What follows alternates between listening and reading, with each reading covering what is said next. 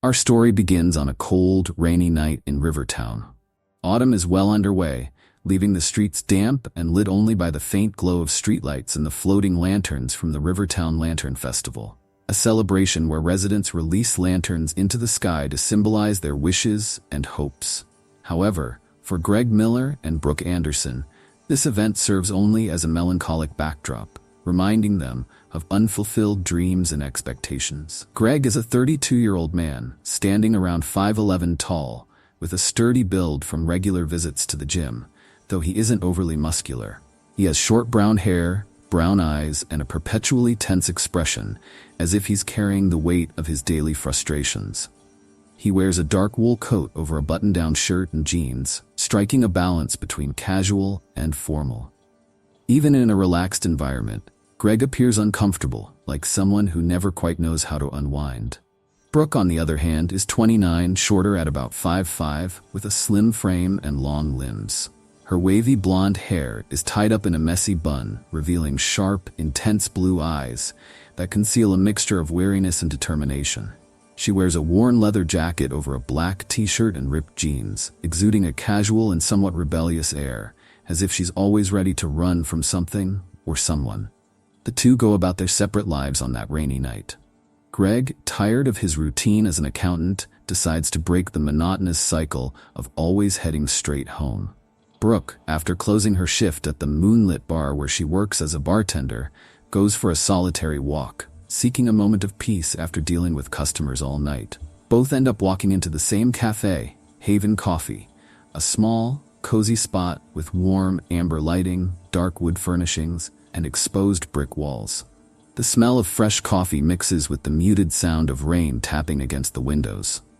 Inside, there are only a few customers, and the atmosphere is quiet, except for the soft clink of cups being stacked on the counter. Greg and Brooke, still strangers, sit at nearby tables. Greg is absorbed in his thoughts, scrolling through his phone with little interest, while Brooke seems more aware of her surroundings, watching the rain through the window, as though waiting for something to happen. Both share a sense of loneliness, though they don't yet realize how connected they are by this feeling. Time passes strangely in the cafe. The conversations of the other customers seem muffled and distant. The clock on the wall stops ticking, but neither Greg nor Brooke notices right away. A feeling of déjà vu starts to creep in, as if this night is destined to unfold in an unusual way. Brooke gets up to leave, but as she bumps into a table, she accidentally spills her coffee all over Greg. Startled, she quickly apologizes. Oh my gosh, I'm so sorry. No problem, it happens. Brooke grabs some napkins from the counter and hands them to Greg, nervously trying to clean up the mess. As they both awkwardly wipe up the spilled coffee, their eyes meet for a brief moment. It's as if the world outside the cafe suddenly fades, leaving them in an odd, suspended silence. I didn't mean to ruin your night. It's been one of those days, you know? Yeah, I get it. I've had plenty of those. Without fully understanding why, Greg invites Brooke to sit with him.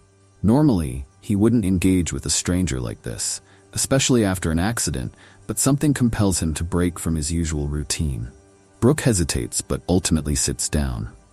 The conversation starts with small talk, awkward at first, but soon both of them find themselves sharing more than they expected. I work as an accountant. It's not glamorous, but it pays the bills. What about you?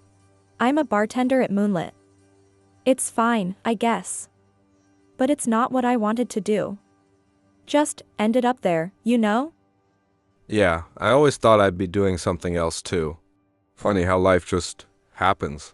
The rain outside grows heavier, but inside the cafe, the atmosphere between them starts to shift. There's an unspoken connection, a recognition of shared disappointments and untapped potential. They continue to talk, delving into their frustrations, their unrealized dreams, and the paths they never took. Do you ever feel like, I don't know, like you're stuck? Like no matter what you do, things won't change? All the time. I guess that's why I came here tonight instead of heading straight home. Trying to change something, even if it's just a small decision. As the clock remained frozen at the same time and the rain fell in a strangely rhythmic pattern, both Greg and Brooke began to feel that this encounter wasn't just a random coincidence. There was something inexplicable in the air, a sense that this moment might be more important than either of them realized. Brooke bumped into the table, spilling coffee, and Greg, surprised, tried to stay calm while she apologized and grabbed some napkins to clean up the mess. Still a bit awkward, Brooke offered to clean it up, admitting that she was distracted that day. Greg, trying to ease the situation, mentioned that distraction might as well be his middle name, as he too wasn't having the best day. As the tension between them eased, they began to chat, at first about trivial topics like the weather and the rain. However, the conversation deepened when Brooke mentioned the Lantern Festival, describing it as something beautiful but also a little sad. Greg, pensive, recalled attending the festival years ago with his family and shared that he had always felt a bit out of place at events like that. Brooke, in turn, commented that she had never actually gone to the festival and that those events only reminded her of the things she hadn't accomplished yet. As she fiddled with the sleeve of her leather jacket, a sad smile formed on her face. Greg noticed the distant look in her eyes, realizing that, like him, she was carrying her own internal struggles. For some reason, he felt compelled to open up in a way he usually wouldn't with a stranger, mentioning how it was possible to feel completely alone, even when surrounded by people. Brooke agreed, saying she felt that kind of loneliness almost every day at the bar where she worked. This brief exchange of confidences, which would have been unthinkable in any other circumstance, created an unexpected bond between them. There was an odd comfort in speaking to someone who, despite being a complete stranger, seemed to understand the same feelings.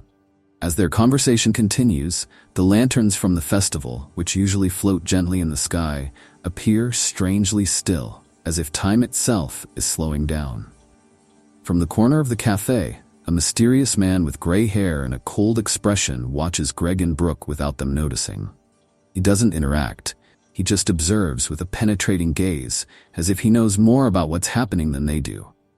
The feeling that something larger is at play, something beyond their ordinary lives, begins to form. The cafe, the rain, this night. Everything feels like part of a puzzle they're unknowingly piecing together. Suddenly, the mysterious man who had been sitting in the corner of the cafe stands up. Without saying a word, he walks toward the door. He pauses as he passes Greg and Brooke, and for a moment their eyes meet. There's something in his gaze that deeply unsettles them. A coldness, as if he knows something they have yet to understand. Did you see that guy? That was weird. Yeah, he gave me this strange look. I felt a chill. As the man exited the cafe, something unusual happened. The lights inside flickered rapidly, and the sound of the rain outside became muffled, as if someone were adjusting the volume of reality itself. The clock on the wall, which had been stopped, suddenly began spinning rapidly before halting at a specific time, 11:13 p.m. The tension in the air became almost tangible. Greg and Brooke looked around, confused, then at each other, sensing they were no longer in a simple cafe. There was a shift in the atmosphere, something neither of them could name, but both felt deeply. Unsettled, Brooke suddenly stood up, feeling the need to leave. Greg, nodding in agreement, followed her as they left the cafe. Outside, the rain had abruptly stopped and the streets were eerily deserted, save for the lanterns still hanging unnaturally in the sky. Rivertown, usually bustling with the festival, now felt lifeless. There were no voices, no sounds of celebration. It was as if the city had been frozen in time, cut off from the normal flow of events. As they walked together down a nearby street, they began to notice their surroundings changing. The buildings, once familiar, seemed to subtly shift in shape, as though they were in constant, imperceptible motion. The path they thought they knew felt longer, darker, and more distorted. Greg noticed the changes, unsure of what was happening. And Brooke, equally unsettled, saw the lights and buildings appearing warped. Unexpectedly, a high-pitched noise pierced the air like an electronic hum, and a faint glow emerged from a side street. Intrigued, and with few options, Greg and Brooke decided to follow the sound, which seemed to be calling them. As they approached the source, they came upon a small antique shop they had never noticed before. The display window was dusty, and behind the glass, they saw a lantern identical to the ones in the sky. But this one was encased in a glass box, as if it were the centerpiece of an exhibit. Look, that lantern. It's just like the ones from the festival. This doesn't make any sense. This store, it's never been here. As they approach the window to get a closer look at the lantern, the humming noise abruptly stops, and silence takes over. However, before they can fully process what they are seeing, the shop door slowly creaks open, as if inviting them inside. Greg and Brooke exchange a glance filled with mistrust, but they feel an invisible force pulling them toward the entrance. Something is very wrong here, but we need to figure out what's going on. Yeah, it seems like we don't have much of a choice. As they step into the shop, the door slams shut behind them, and the reality around them begins to twist. The space inside the store is much larger than the building suggests, and the walls are covered in clocks, all showing the same time, 11:13 p.m. In the center of the room, the lantern they saw in the window now floats gently, emitting a faint glow. Suddenly, a strange voice echoes throughout the room. You have been chosen. Time is about to bend, and your choices will determine the fate of many.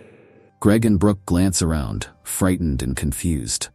The lantern's glow intensifies, and without warning, the world around them starts spinning. They feel as though they are being sucked into a vortex, unable to resist. When the spinning stops, they find themselves back on the streets of Rivertown, but something is off. The festival is taking place, but it's not the same festival. They are in a distorted version of the town, a dark mirror of reality. The people, the lanterns, and the buildings seem to exist in a limbo, somewhere between the real and the supernatural. Looking around in bewilderment, Greg says, What is this? Are we trapped? I don't know. But I think we're in some kind of trap. At that moment, they both realize it wasn't a coincidence they met that night. Something brought them together, and now, the fate of their lives, and possibly many others, depends on the choices they will make from here on out. Greg and Brooke find themselves in what seems like a twisted and desolate version of Rivertown. The lights from the lanterns that once floated peacefully in the sky now flicker dimly and erratically, and the people around them walk like shadows, indistinct, expressionless figures. The streets are long and dark, as if they've been stretched, and the buildings seem to bend and lean upward, reaching for the sky at impossible angles. They both feel disoriented, but something deep inside tells them they're not just lost in an alternate version of the town. There's a growing sense that they are trapped in a kind of limbo, a space between time and reality. They can still hear the mysterious voice echoing in their minds. Time is about to bend, and your choices will determine the fate of many. This can't be real. This has to be some kind of hallucination. Maybe it was that coffee or something in the food. Brooke, looking around in disbelief, responds, I thought that too, but this feels too real. Look at those people, or whatever they are. As they walk through the distorted town, they notice that certain areas are marked with strange symbols, like ancient inscriptions on the walls, and there's a constant feeling of being watched. Greg suddenly stops when he spots a mural that seems to vibrate slightly, as if the paint itself is alive. Look at this. These symbols. I think I've seen something like this before. Brooke examines it more closely, and as she touches the mural, a flash of memory surges through her mind. She sees a brief vision of an ancient ritual, something that seems to have taken place long before the town existed. Men and women dressed in ceremonial robes release lanterns into the air as an offering to time, an attempt to control or shape destiny. These lanterns, they're not just for the festival. They mean something bigger. I think they're part of an ancient ritual, maybe a way to bend time and change fate. And what if we're part of that ritual? The clock we saw in the cafe, the lanterns, it was all leading to this moment. They realize they're the only ones who can see these distortions. The others, the shadowy figures of the town, continue their daily routines, unaware of the anomalies surrounding them. When they try to approach a man who appears more solid than the others, he ignores them completely, walking straight through Greg as if he were a ghost. I think we're invisible to them. Or maybe they're just projections, like memories trapped in this place. Suddenly, the lantern that has followed them from the shop floats in front of them. It emits a sharp sound, as if trying to communicate. Greg, acting on instinct, reaches out and touches it. Instantly, a flood of images invades his mind. He sees flashes of his life, his choices, his mistakes, and regrets. He realizes the lantern is showing him all the moments where he could have altered the course of his life, but out of fear or insecurity, he failed to take action. Greg says to himself, I could have done things differently, so many times. Brooke is also hit by a series of visions when she approaches the lantern. She sees her own choices, the times she avoided important confrontations, the opportunities she abandoned out of fear of failure, the relationships she sabotaged before they had the chance to bloom. All of this, these are moments where we could have changed something, but we didn't. It's like we're being confronted with our failures. Suddenly, the mysterious voice returns, but this time it's clear and direct. Time is not a straight path, but a web. You stand at the center of a critical knot. You are brought here to understand that the choices you make or avoid making shape more than just your own lives. Every decision echoes across generations. Greg and Brooke realize that this distorted version of Rivertown is a physical manifestation of their lives, their indecisions and regrets, and that time is indeed folded around them. The lantern floating before them is the catalyst, a portal that, if used correctly, could give them the chance to undo their mistakes, alter the flow of time, and rewrite their destinies. I don't know how it works, but I think, if we make the right choices now, we can go back. We can fix things. But how? What should we choose? At that moment, the ancient inscriptions on the walls begin to glow intensely, and the clock once again reads 11:13 p.m. Time stops once more. They're trapped at what seems to be a final crossroads. The lantern emits one last flash, then splits into two parts. Each half floats in opposite directions, one heading toward a street on the left, the other to the right. Greg and Brooke realize they must choose separate paths, follow different routes to finally escape the cycle they're caught in. I think this is it. We have to split up. Are you sure? We don't know what's out there. We've avoided too many choices out of fear. I think it's time to trust in both of us. Reluctantly, but knowing they have no other option, they part with a simple nod and each follow their respective path, the lanterns guiding them in opposite directions. As they walk, the environment around them begins to disintegrate. The distorted streets dissolve like smoke, and the buildings crumble like fragile cards. When they finally reach the end of their paths, the darkness gives way to a bright light, which envelops them completely.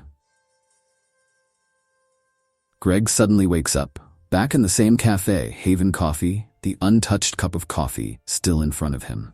He looks around, confused, realizing that time seems to have returned to normal. Outside, the lanterns float peacefully in the sky, and people are joyfully celebrating. Brooke also wakes up at the moonlit bar, her shift still waiting for her. But something is different. Both feel as though they've been given a second chance, an opportunity to start fresh, to make the choices they once feared. Greg picks up his phone and, instead of wasting time scrolling aimlessly, types a message he'd been putting off for too long. Brooke, on the other hand, takes a deep breath and finally decides to quit the job that's been holding her back, ready to pursue her passion for art, something she had always delayed. That night, as the lanterns rise into the sky, Greg and Brooke, from opposite sides of the city, gaze up at the lights. And even though they can't see each other, they know that their fates, in some way, have been rewritten. The cycle is broken. Time, at last, has been restored. If you enjoyed this mysterious, twist-filled story, make sure to subscribe to the channel for more content like this. Hit that like button if you dug the video, and drop a comment below. What would you do if you had the chance to go back and fix your mistakes? And don't forget to ring that notification bell so you don't miss any future uploads. Thanks for watching, and I'll catch you in the next one.